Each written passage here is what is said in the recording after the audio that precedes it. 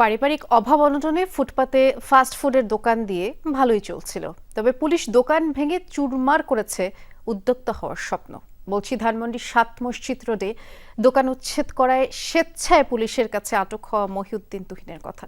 সামাজিক যোগাযোগ মাধ্যমে ভাইরাল মহিউদ্দিনকে রাতেই মুচলেকা দিয়ে পরিবারের জিম্মায় দেওয়া হয়েছে।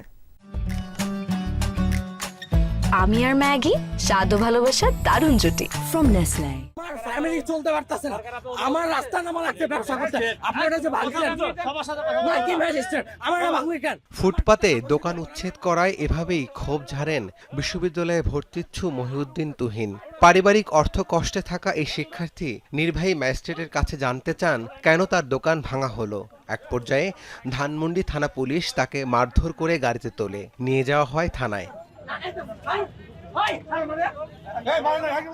তাতেই নেট দুনিয়ায় শুরু হয় তোলপাড়।